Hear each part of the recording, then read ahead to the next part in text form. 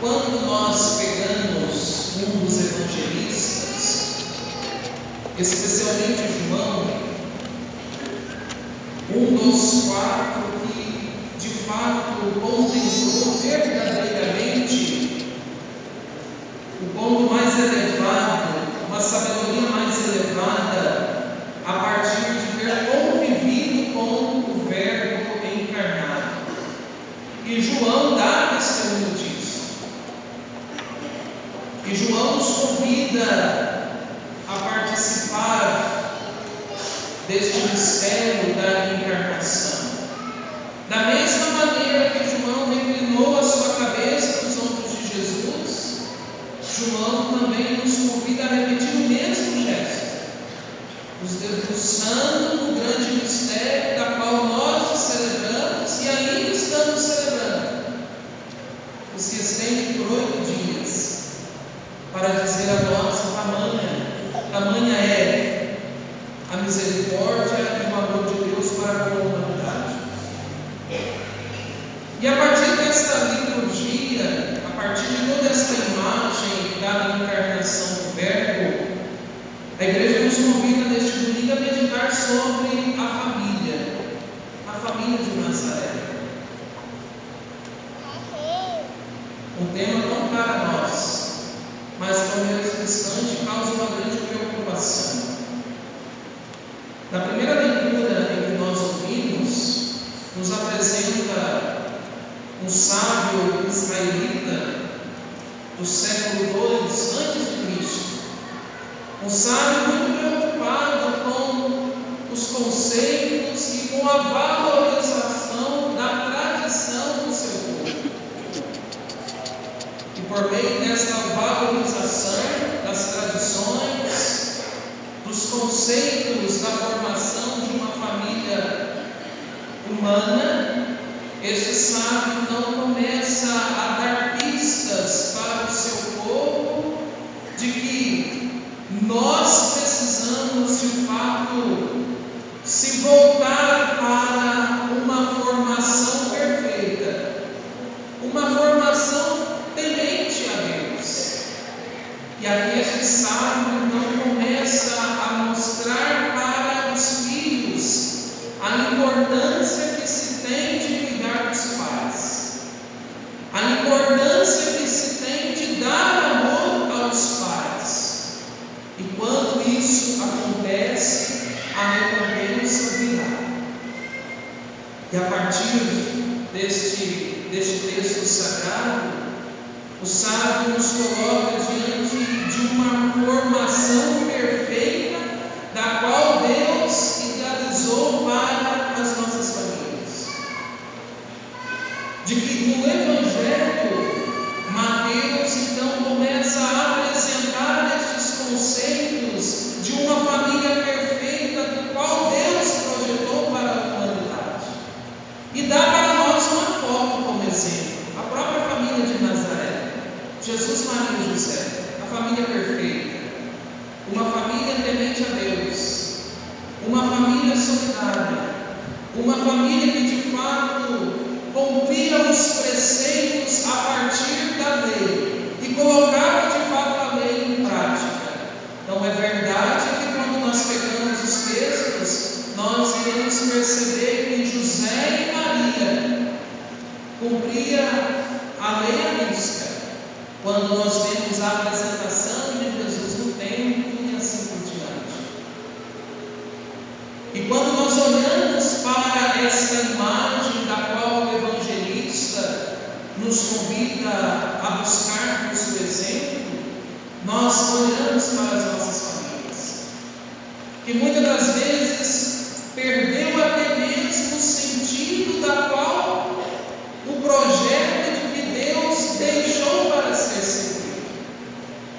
Dificilmente nós encontraremos uma família perfeita, mas daí nós podemos nos perguntar: mas padre, não existe uma família perfeita? De fato, não existe, mas nós estamos em busca desta perfeição. Perfeição essa que se configura a partir da imagem da Sagrada Família de Nazaré. E a partir imagem nós entendemos que a família ela precisa viver na humildade.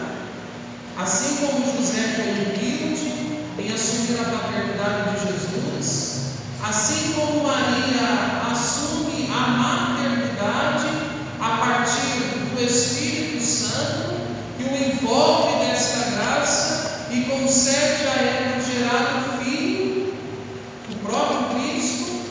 Daí nós entendemos como esta família de fato segue os preceitos de Deus. E muitas das vezes as nossas famílias perderam esta imagem do temor a Deus, perdeu esta imagem de como ser de fato um exemplo para a sociedade.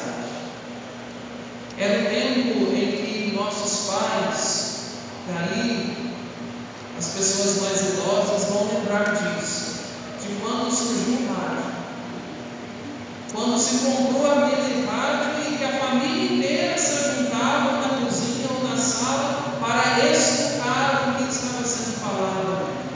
E muitas das vezes era a Santa Missa, ou outras vezes era para escutar um jogo que estava acontecendo, mas também de algo tão simples nós testemunhamos a comunhão dessa família, que hoje é difícil de encontrar.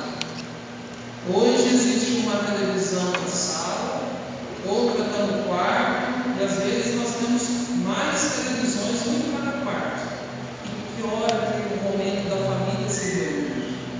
Às vezes nem na hora do almoço e nem na hora do jantar, e muito menos na hora do café. Às vezes encontra rapidamente e assim vai vivendo, vai levando, perdendo aquela comunhão e aquele essencial da qual Deus nos convidou a viver, a unidade. Não tem problema nenhum ter a sua televisão, um em cada quarto, não tem problema, mas qual é o momento em que a família se reúne? Para que possa se configurar de fato na família de Nazaré. E nós, como cristãos católicos, meus irmãos, nós precisamos de fato seguir os preceitos de Deus, e da qual o evangelista nos convida a meditar nessa liturgia: a unidade familiar, a unidade principalmente no momento de oração, e que muitas das vezes se perdeu. Mas queremos ser a família perfeita, mas a família perfeita é preciso de fato partir de nós, e não para apenas levar ao mundo uma boa imagem de que nós somos a família perfeita, não. Para buscarmos esta família perfeita, antes de tudo é preciso viver essa comunhão, para que assim nós possamos de fato fazer aquilo que Deus espera que nós façamos. E na segunda leitura, São Paulo ainda continua a escrever as comunidades.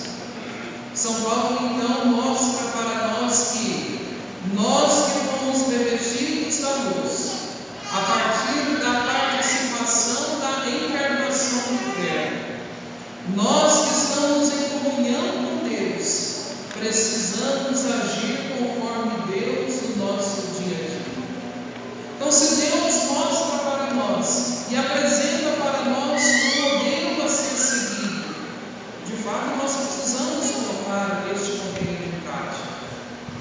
De fato nós precisamos seguir quais são os preceitos que Deus escreve para a humanidade, para que assim nós possamos atingir a perfeição, tanto a perfeição de uma vida eterna e como a perfeição de uma vida humana, a partir dos segmentos do Evangelho. Que assim como São Paulo nos mostra qual é o caminho que nós precisamos percorrer, para que nós possamos ser como Deus, no sentido de trazer em nós os sinais deste Deus, trazer em nós a própria luz, que nós possamos ser luz do nosso dia a dia, que nós possamos reencontrar quais são os valores da dignidade humana, e principalmente na formação das nossas famílias. Se ainda as nossas famílias não estão configuradas a Cristo como o modelo que Cristo apresenta